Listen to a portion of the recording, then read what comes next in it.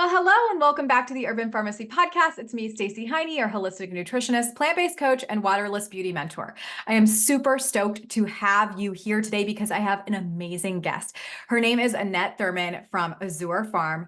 Oh my goodness, you are going to adore this woman's story and learning about her life and the impact she's making and the kindness that she has in her heart and how she's helping other people feel empowered to have a natural, holistic, crunchy homestead life. I can't give too many details away, but you're going to have to wait and listen to the episode to get the whole story. But before I get into it, I want to make sure that you know about my new favorite holistic waterless beauty brand from Europe. It's called Olive Tree People, and I have just been wildly obsessed. And if you haven't tried this brand yet, now is your sign to go and run and get it because so many things are coming back in stock. This brand just came over to the United States a little over a year ago, and it's been in Europe for over 20 years. It is wildly efficacious based on anti-inflammatory polyphenols from the olive tree and has been helping people inside out and outside in feel more confident and beautiful in their body. So I want to talk about a few of my favorite products before we get into the show. First off, you've got to grab the vitamin C serum. If you have ever heard about the benefits of vitamin C for your skin, then you know how important it is to have it into your beauty, repertoire. Now, vitamin C helps your skin produce collagen naturally. And this vitamin C serum is very special because it is based on camu camu extract, which is the highest vitamin C berry on earth. Plus, it has carrot root extract, which is really wonderful with that beta carotene for your skin and your glow. And it is, of course, not based on water. Everything from this brand is based not on water, but on olive leaf extract or the cold pressed Arbequina olive oil to give you high polyphenol and bioactive ingredients that are going to give you results that you're looking for without wasting your money on water and inflammatory preservatives. So the vitamin C serum, it is a must-have. I think every woman needs to wear it daily to protect against the free radicals and to keep their skin looking youthful as they age. It's just packed with antioxidants and a must have, in my opinion. I also think that the olive mush, adaptogenic mushroom coffee that is based on the olive leaf and 4 adaptogenic mushrooms plus chai spices is also another must-have. Now, you might be thinking, what? Thought this was a beauty brand, right? Like, why are you telling me about a mushroom coffee? Well, guess what? When you support your gut health, you're supporting your skin health. So this is the first in the world mushroom coffee replacement that has olive leaf in it, which is so scientifically backed to help you with cancer prevention, with blood sugar regulation, with blood lipid regulation, with gut health, and with skin health, and so much more, that I think it's an absolute no-brainer to ingest something from the olive tree on a daily basis, whether it is an olive oil, an olive leaf, an olive leaf extract, or a variety of all of those. I think it's very, very important. And the olive mush is actually back in stock as we speak right now, which it's June 2024. Things just keep flying off the shelf because this is such a wildly popular brand. But if you can snag it, get it now because it's back in stock. And I think that it is absolutely a no-brainer to have in your dietary supplements, but also into your daily beauty and health regimen. Okay. So olive mush is my second product that I think that everybody needs. And then third, I'm going to totally suggest that you grab the Arbequina cleansing oil.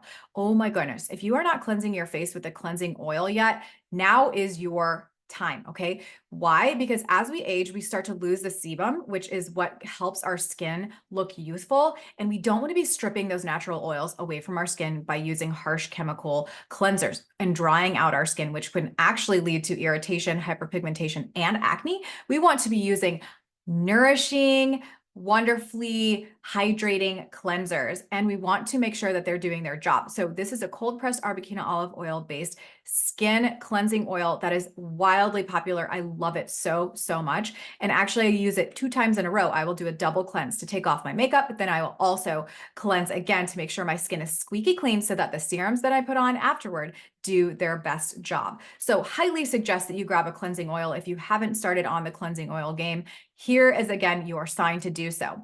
But really anything that you get from Olive Tree People and Oliveda, you are going to be so thrilled with. I want to help you support your skin from within and then also use the most potent and low tox products that you can and get wild results. So grab all of the things I talked about and more down at the link below in the show notes. It's free shipping on $50 orders at all times. And I will tell you more about it as we keep going with the show, but don't miss out because waterless beauty is the next big thing and it is so effective and you're going to love your results. All right, here's Annette. Annette Thurmon, welcome to the Urban Pharmacy Podcast. I'm so excited to have you here. Thank you for having me. I'm so excited myself. Okay, so I have to tell you how I found you. All right. So one night I was actually, and I don't know if you know about this person that created this blog post, but there's actually a blog post about plant-based homesteaders. And I found you. And that was years ago, like years ago, that they created this. And I found you and several others. And I was like, is this real? Because we have a farm and I'm like, I want to be a plant steader. Like, I want to make this a cool thing in Indiana. And, and I was like, I wonder if other people on Instagram are doing this. And then I found you and then I fell into the Azure Farm rabbit hole. And now we're here.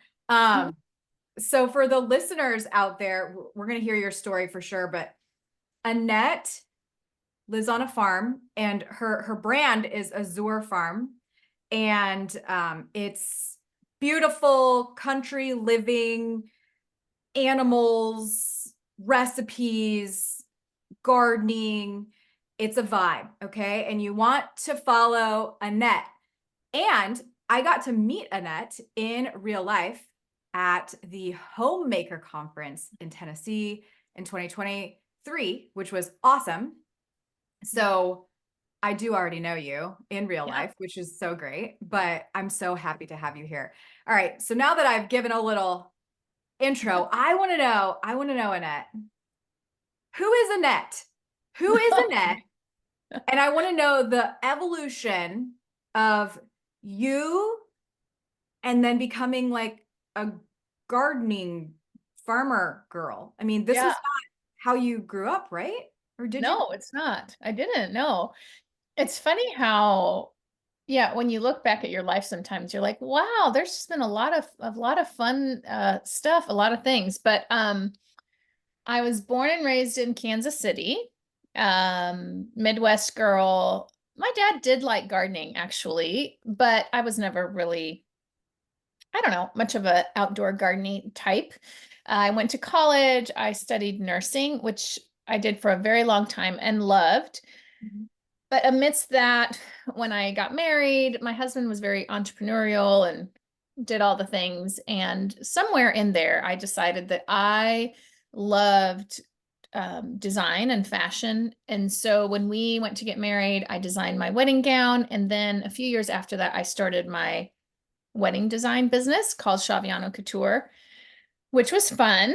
I did that for 10 years and kind of just explored that whole world. Went to New York Fashion Week and got to do all sorts of things. I met Martha Stewart. Oh, I thought it was the best thing, right? And then we were kind of like the 2008 economy crash happened and like all these things, and we were like, wow, we feel like we got to do something different. And so throughout all that time, we were like, maybe we need to move out a little out of the city and just start doing things like maybe getting back to the basics, doing something different. We both felt called to do that. And so, it took us forever, which I think is a note to say to everyone.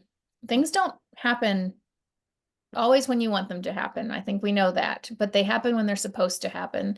So it took us almost 8 years to actually find property, something that we could afford, that we could, do. And that was a long time. But we moved out here in 2016. So now it's been 8 years and we just kind of dove in doing a lot of things. We both still worked and did some of our other side jobs and we just kind of went for it. And it's been a big learning curve. There's a lot we did not know, but honestly, it's been the greatest thing we've done. It's been the greatest thing I think for us, like mentally, physically, spiritually, it's been wonderful. And just, you learn so much just by being outside, caring for animals and plants. So somewhere in there, I was like, I'm going to start sharing on Instagram. Back when Instagram was a lot more pictures, which I Yeah. actually liked better. But when it was more pictures, I started sharing just, farm animals and fun stuff. Mhm. And then we had our daughter, and the opportunity came up to kind of, maybe I need to be home with her more. And so a few years ago, I just stopped nursing completely and Mhm. stopped my wedding dress thing, all the things, and was like, I'm just going to do this. So that's where we are. Okay. Okay. Okay. So thank you for sharing your story. That's so long-winded. I thought I'd give No, it no, all no, to no, that's good. We're gonna pick it all apart now. you. Um, and dive a little bit deeper. So, okay, so you decided to become an entrepreneur. I didn't know that your business, your wedding dress, like that was your own business. Yeah, So that yeah. was your own business. So you weren't working for anybody else really. Uh-uh. That was No. your, wow. Yeah, Okay. yeah, yeah. And so you did that in tandem to still being a Yeah, nurse. I worked at the hospital like 1 day a week, sometimes 2 days a week, which is nice about the medical field. Depending what you do, your schedule can be a bit flexible.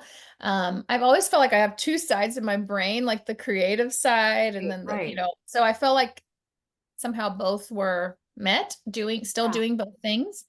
And I'm a big believer in you don't have to do one thing your whole life, the one same thing. I think yeah, we grow, we evolve, we change, whatever. And I think my husband and I have probably taken that too close to heart because we've done like a wide range of things, but yeah. they've all been great and taught us things. And so, yeah, at Yeah. that time I was doing both, and yeah, it was cool. Cool. And what did you think about your dress business? Was it difficult? Did it feel like a grind? Did you learn a lot of lessons through it? Kind of, Yeah, that was your first entrepreneurial endeavor, right? yeah.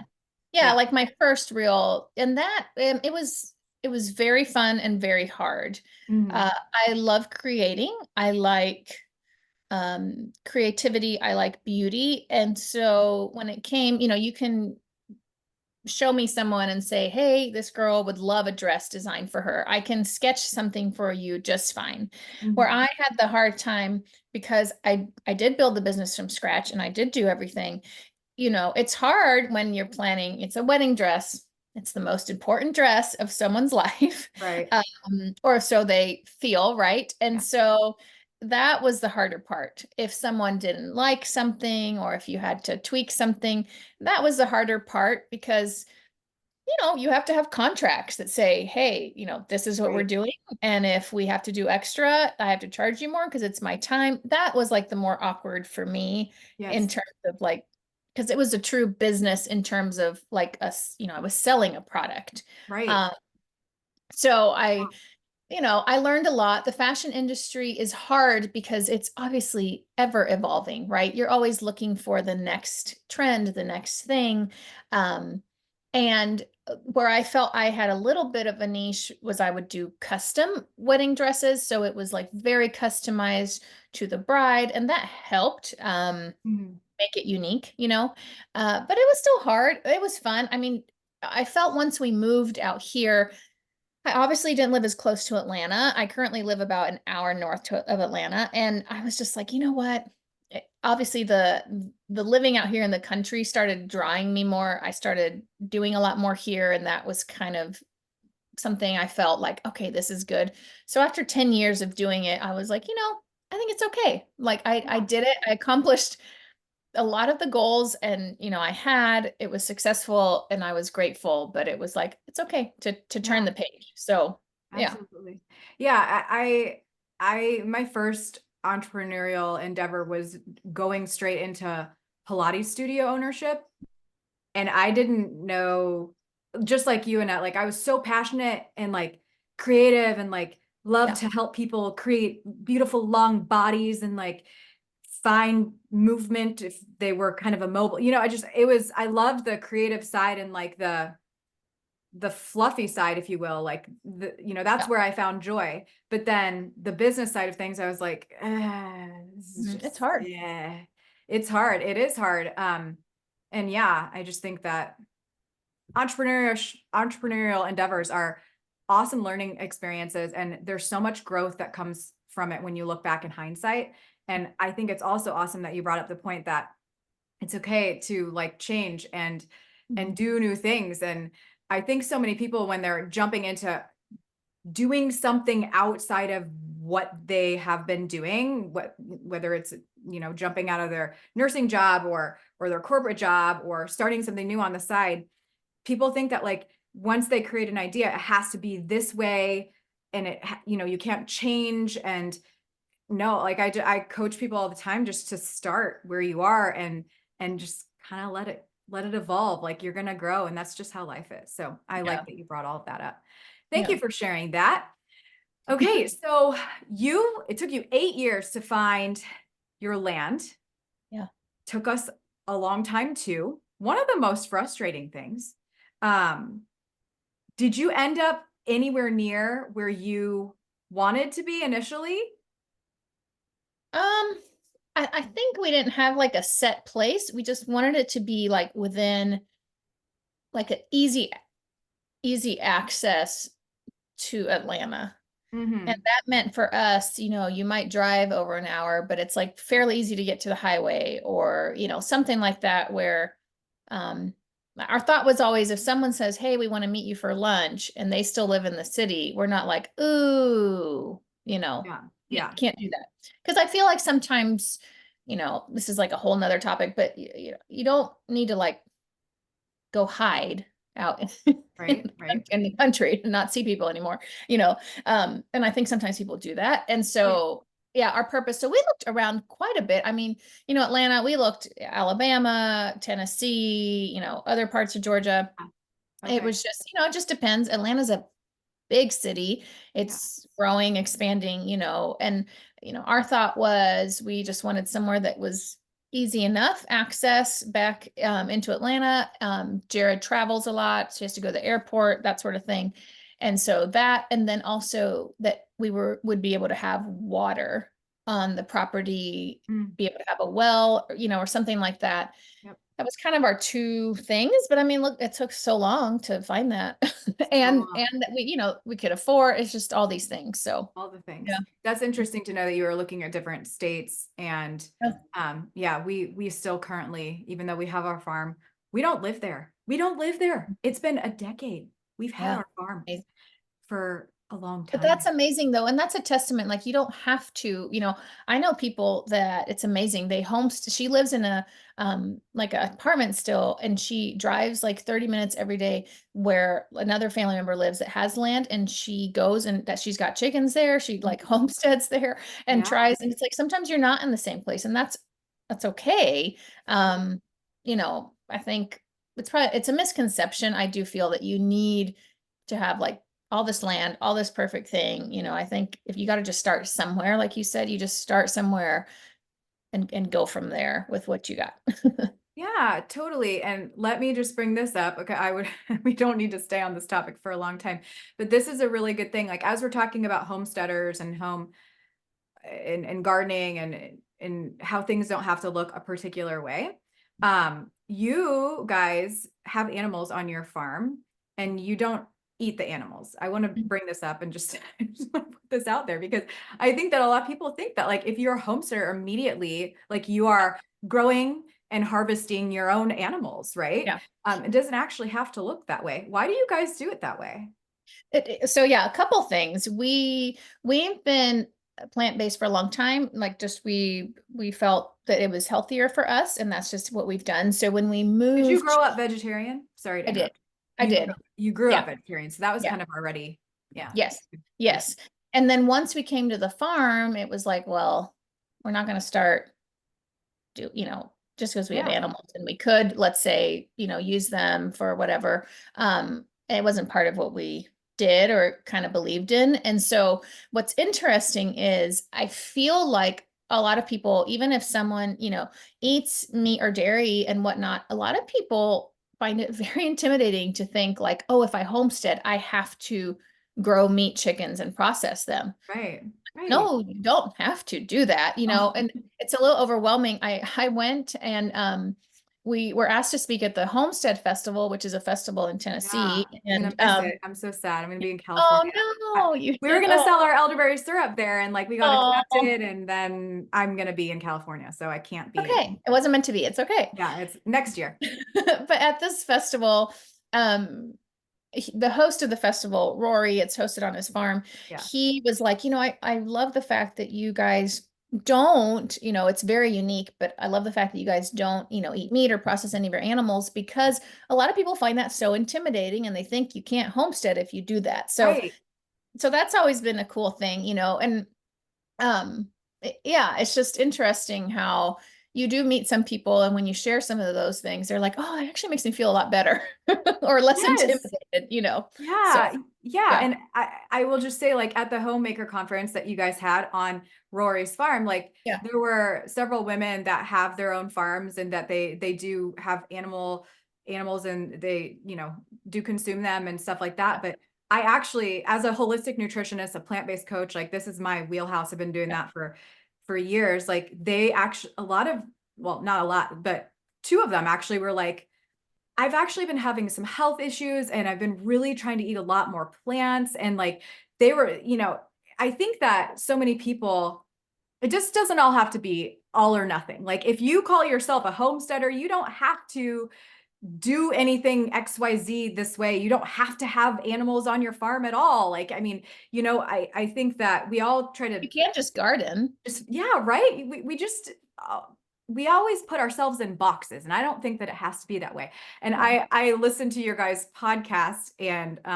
you were sharing the story about when you guys got up on stage, and somebody asked you, "Well, you guys don't eat your animals, do you?" And like you said, everybody kind of gasped, like Yeah. they were like, "What?" Like Like an everybody was just audible, so shocked. like an audible gasp. I was Oh like, oh, my gosh. great. I was like, Jared, don't bring it up here. Don't bring it up here. Because it's like, but no, it's fine. It's not something I hide. It's absolutely a part of our Yeah. life and it's normal. But yeah, I do think there's a lot in the homesteading community that I think is wonderful, and there's a lot that can Yeah. be, I think, very intimidating. The word is intimidating. I had somebody message me and was like, "Hey, I know I'm not a true homesteader because I only have 5 acres." Oh my gosh. And I was like, "What are you talking about?" Do you I've had even have to have 5 acres? no, Can't you just no, you plot don't. on a little 1 acre? Yeah. Agreed. And so I'm like, and I had somebody else be like, I've never pressure canned, which I know is, not, and I'm like, you don't have to pressure can. Like, Right. like just can the stuff you can water bath can. So Right. just things like that. I think, and that is one thing in my book that I felt like I tried to really explain in a simple way. Like there's things you can do at any time that isn't, you don't have to do all the things. Start with one thing that suits Mhm. you and your family, not because somebody else is doing it. Yes. What is, what do you need to do for you or for your family, and then go from there. So Right. I mean, it's kind of like somebody saying, yeah, I started working out, but I know that since I'm not doing boot camp at 5 a.m. and that I'm not, doing Pilates at 7 p.m. right before I go to bed, I'm really not working out. Like it's just, we put ourselves in these crazy weird boxes, but that's yeah, just because society has molded us to be that way. And I think that we can totally break free from it. And it's very empowering if we just take a step, like put some seeds in the dirt, or start to dehydrate some of your uh yeah, you know the things that you that you grow, or just take little steps. And Annette's book, if you're watching the video, Simple Country Living, she breaks all of this down. And so it's like, if you want to be a homesteader, if you want to be a gardener, if you want to learn how to you know, can and make yummy, delicious food from the earth, you're gonna love her book. And what did it feel like to be a book writer now? I mean, I know you've put out so many resources and PDF files and yeah. ebooks and stuff like that, but now you have like a legit hardback, beautiful book. I mean, what does it feel like, Annette? I You, know you've, it's you've it's made it. weird. It's weird. I actually do not like talking about myself, so I'm like the worst salesperson, So and I'm like, let's oh, just keep talking about you. So you're getting a little uncomfortable because this is where the yeah. growth happens. Come on. I know, right? It is. I know. It's just I don't love it, but when it comes to this book, I have been so excited because I was very excited when I was approached by a publisher Hey, if you were to write a book, what would it be on? And I was like, well, I want it to be about like everything. And they were like, well, that's not really a good idea. It's got to be like either a cookbook or a gardening book, and I was like, but that's not what I want to You. do, Yeah. because I felt like I want to reach an audience that's not being reached. I want to reach someone that's, living, New York City, and is like, you know what? I want some of these things in my life. How can I do that? And so I wanted it to be a little bit just all encompassing stuff we've learned, uh, just ways to bring, be more self-sustaining and do all the things. So it was a process. Took a lot of a lot of brain power and time, but I'm very proud of it, and I'm excited for the world, for everyone to see it and be able to order it and share it, because I do think it's valuable and has a lot of Yeah. information. Well, it's really holistic, and I like that you push back to your publisher and that you followed your heart and intuition and gut instinct, because I have worked like I really relate to you, because I've worked with like brand coaches and stuff like that over the last several years, kind of figuring out different stuff and how to serve people. And they're like, well, you really need like a niche. You need like a hyper niche. And I'm like, but I like to teach holistic living. I like to teach, and what, that means a lot of different things to different people. Just like simple country living might mean a lot of different things to different people, or homestead living or whatever. But it's what it means to you. And it's a to you an all-encompassing things that bring you joy that you want to put out into the world. And that's awesome. And I think it's really important to follow your inner compass. So I'm glad that you did that. Oh, thank And based on the Amazon reviews, seems like lots of people are loving it. Oh, so So, sweet. I'm like, oh, it's so nice. Like, it's just kind for people to take the time, and I'm grateful. So, well, you put so much time, Annette, which everybody needs to go and follow her on to, Annette Farm, Azure Farm, on Instagram. Go follow her, because Annette, you literally put so much of your time into helping people and empowering people and inspiring people. And that makes a huge mark on people's lives. So when you do go and put something out that you are selling, and that, you're super proud of, and a project that you have poured so much time into, of course they're going to buy it. Of course they're going to love it, because you wake up, you share letting the chickens out of the coop, you sing, it's beautiful, you're quirky and joyful, and share the ins and outs of your life. You share Ava, you share Jared, your family, your farm, the farm life, the sad parts. Like, you're relatable, you're human, and like people will be completely attracted to that automatically. And it's just a no-brainer for then, when you have something to share with people that they can buy, they're going to do it. So, I mean, you put so much time and effort and energy. I just want you to know, like, you oh, should well, thank be you. proud of yourself. I And it appreciate it. really, I mean, you've inspired me since I've been following you.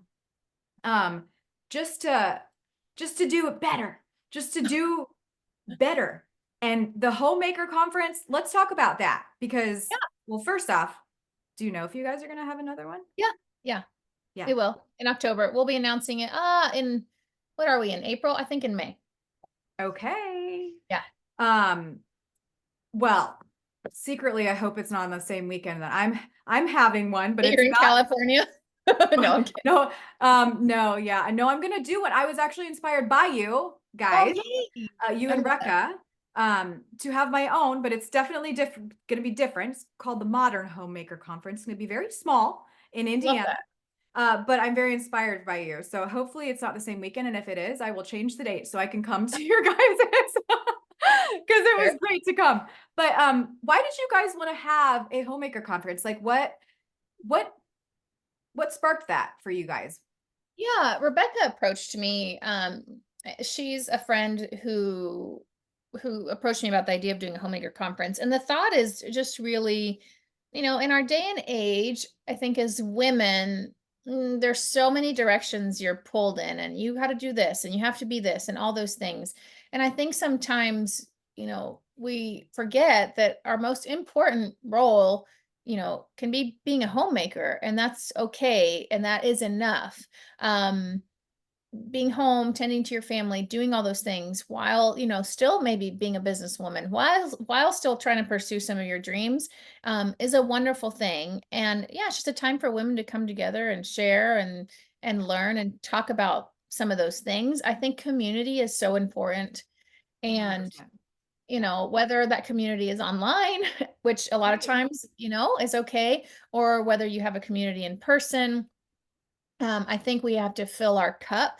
And this was just an event to be able to do that and hopefully inspire. So yeah, Yeah. it was a wonderful weekend for sure.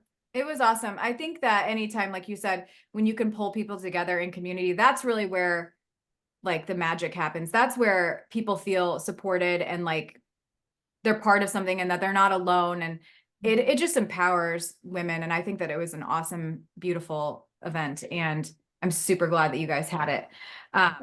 Now, tell me a little bit more about when you guys decided to get animals. Was that like your first thing, or did you start with your homestead? Yeah. Did you start gardening first, or did you get animals first? So we I'll phrase it this way. Did you do it all at once? I think um so we did a lot at once, which I don't recommend. So I feel like it's very important when you start anything, especially in this realm of gardening, homesteading, animals. It's really important to define your why. Why am I doing this? And once you do that, I feel like that will drive a lot of your decisions. So are you homesteading to just, to live off the land more? Are you wanting to, raise animals for a purpose? Are you wanting to grow more nutritionally dense food? Like, what is your goal for you and your family? And that'll help. So for us, it was a little bit of all of the above. But when we first got our property, we thought, okay, what do we need to do first? And so we felt it was putting in fruit trees because fruit trees Mhm. take a long time. Yep. And so before we did a garden, before we got animals, before we did anything, we put fruit trees in, that first fall. Um, and then from there it was like, okay, we moved in the summer. So fall, we planted fruit trees, did stuff around the farm. It wasn't until the next spring that we tried to start some gardening, and we ordered chickens. Mhm. Chickens are like the gateway into homestead. So we ordered chickens. And then that summer we got our alpacas at that point, and then kind of slowly added. But it wasn't till the second full year that we really put in the actual garden. We had like a in-ground garden. Mhm. But that second year was when we were like, okay, let's put in raised beds, Mhm. have a little bit better layout. At the same time, though, we did a lot at once. And I really feel like, if you're just starting and you're wondering, just focus on one main thing, whatever's the most important at that moment, and then add from there. A garden, you can start with a smaller garden with plans to expand it, but you don't have to do like the gigantic garden to start. It's a lot. It's a lot to keep up. Yeah. I don't recommend getting all different animals at one time. Like, research your land, know where you're living, what's the climate.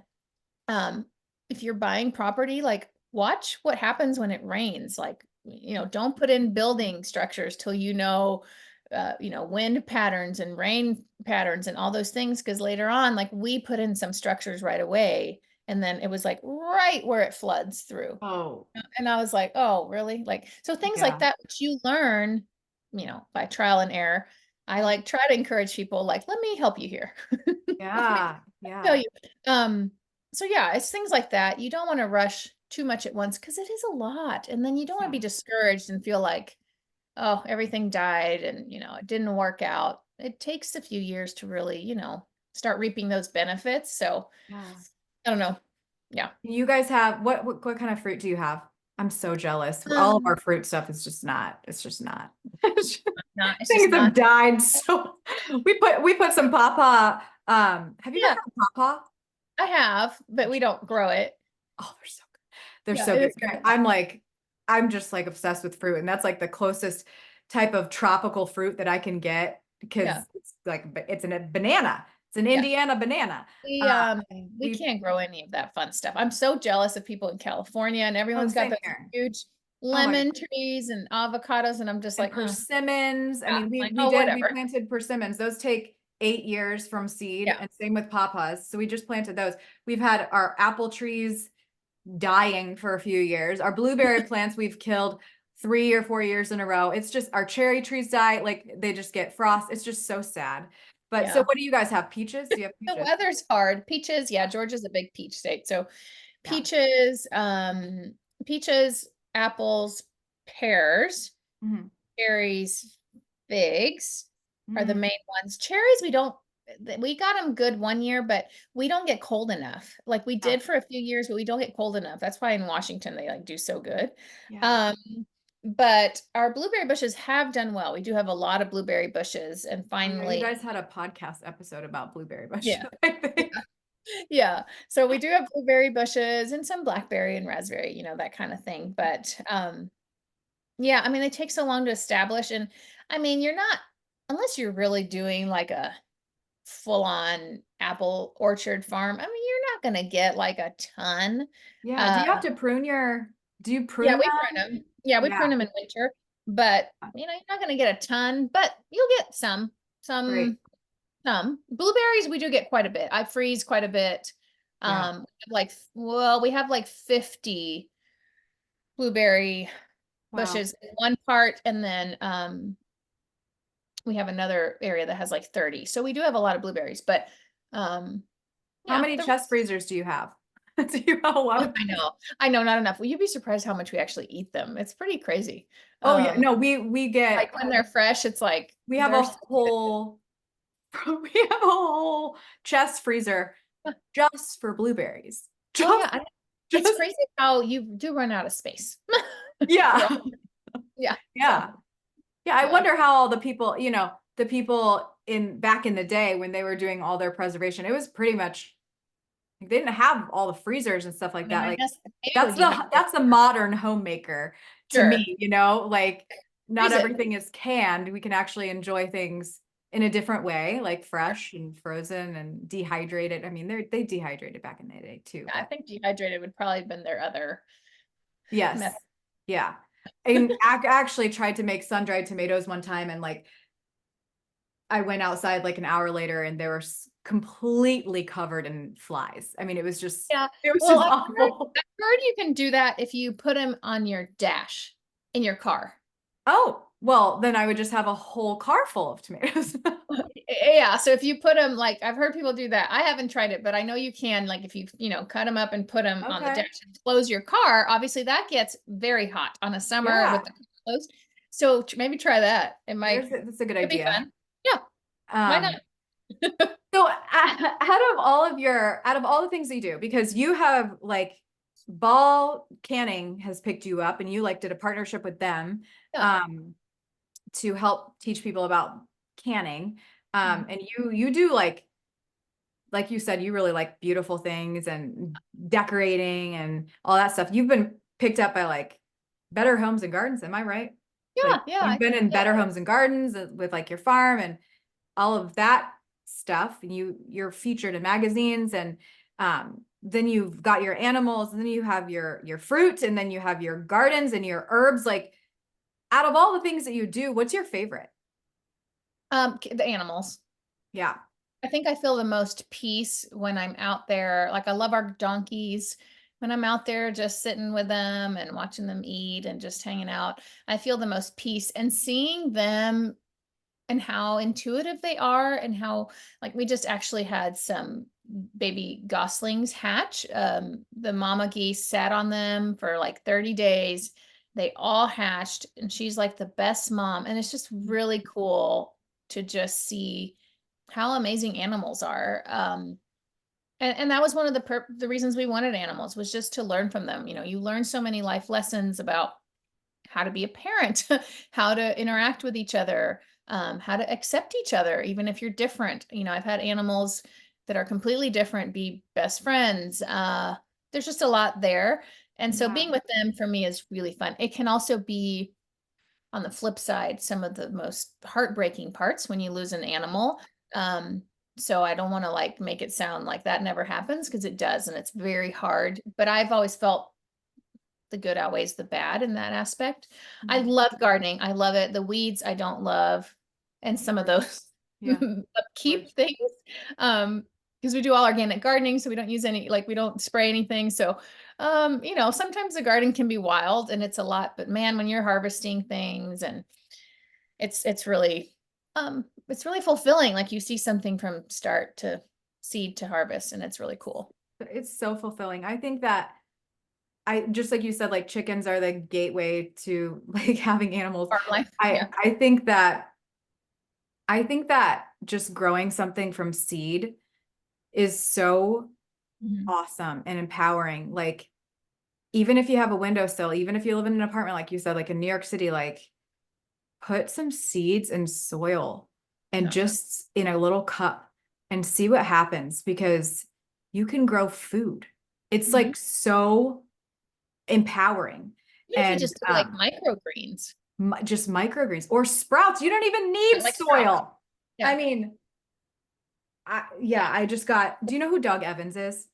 I don't know if I do. He's the sprout man. He's Okay. the sprout man. Like he literally wrote the sprout book. Okay. He lived out in the like Mojave Desert and um used to own this like raw food company and sold Cool. it, moved out into a yurt and survived on sprouts. And now he just sent me his new contraption, like his new sprout box. I can't find it, but it's like, all you need is a mason jar and some cheesecloth. Like it's not hard. You can grow your own food on your countertop. Like you can start there. Yeah. You would be an urban homesteader right there. Like you can call yourself an urban homesteader if you grow some sprouts and microgreens. Like it doesn't have to be this all or nothing thing. Um, I want to ask you about your daughter Ava. When did you guys decide that you wanted to homeschool? Were you homeschooled? Yeah, I Or was. okay. Mhm. Okay, I yeah. was. And actually my husband was too for a little while. Okay. Um, yeah, I was homeschooled till seventh grade, and my husband was homeschooled till fifth grade. Um, I loved it. I have really wonderful memories of it. I've never been one to think like, oh, I'm 100% going to do that or have to do that. Yeah. But as she's gotten older, I've just felt like, she's living her best, she's living her best life right now. Yeah. Yeah. And I feel like she doesn't need school. So I've just been pretty like, no, we're just gonna go with it. She's Yeah. very social. Um, so I don't know. I don't think I'm gonna be one of those parents that I'm gonna homeschool till they're, in high school. I don't know that, but I think for now, yeah, we're just going for it. She'll be 5, so she's still not really even really school age.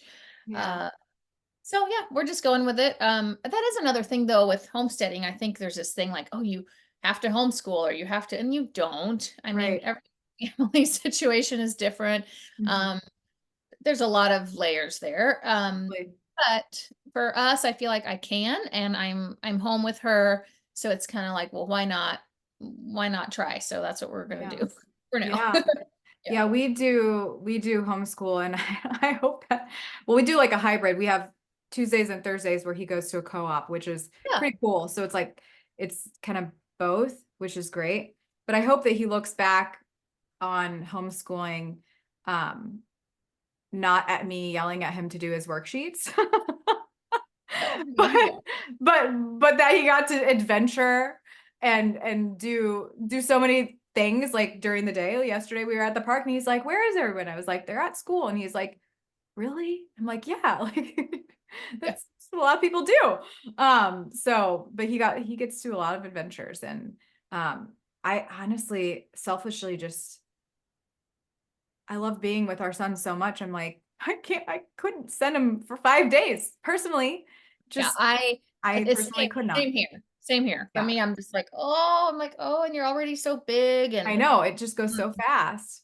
So yeah, we'll just teach him on the way along the way. yeah, Yeah. we'll learn it So all. what's new? What's next for you? I mean, you've written a book, Annette, and you No, I have your know. homestead. Like, is there anything new, huge? I know it's funny. I feel like I'm actually in a season of like, let me pause and see like what we're doing. It's because it's been so busy. And honestly, because my daughter is getting older, I feel like she needs more attention. Like Yeah. she needs, meaning, when they're babies, they need a lot of attention, but you don't have to like Talk to them. talk to them. Yeah. So yeah. So now it's like, oh, I gotta like, I gotta focus over here. And so I feel like I don't ever want to feel like I miss something because I was so busy or making myself be so busy. So yeah, this book thing was such an accomplishment for me. I'm like, this year I'm just gonna do my normal thing. My husband's got a lot of big projects he's working on and he's doing that I help with. And so I'm like, let me just, Yeah. take a minute. And we'll see. I don't know. It's funny with me with some goal setting with stuff for business. There's like so many things I could Yeah. say or do, but I'm happy with what I've achieved. That's good. We'll see. Yeah, we'll see. Well, We'll I'm see. excited to follow along, Thank you. and I hope that this episode, which I'm sure was so inspiring to people who were listening. And I'm just sitting here looking at your book. It's so pretty, by the way. All of these pictures, like you guys will see, Annette's homestead is not just, it's not just your everyday homestead. I mean, this is a beautiful thing. I mean, everything that you touch is like turns beautiful. It's true. And um it's just so awesome. I just love following you. It's so pretty. Lavender, simple syrup, so good. Pressed flower activity. I mean, look, you guys, there's so many good things in this book. So you have I to, wanted there to you be have to go. stuff for the family too, because it's like, Yeah, how do you involve the family? So I love it. each chapter has info on that and how to include the fam, which is important, for me. I love it. So good. Well, congratulations again. And thank you so much for your time. I appreciate it. And yeah, everybody needs to get the book. Follow Azure Farm on Instagram. And where else can we find you, Annette? My website is azurefarm.com, and there's weekly new blog posts, and you'll find lots of info there. Gardening, animal keeping, and recipes. There's a lot there, so that's weekly. And then my weekly newsletter has a lot of info too. So I think my website can probably keep Perfect. people in. Yeah. Awesome. Well, thank you so much for joining me, and we'll see you soon. Thank you so much. I appreciate it.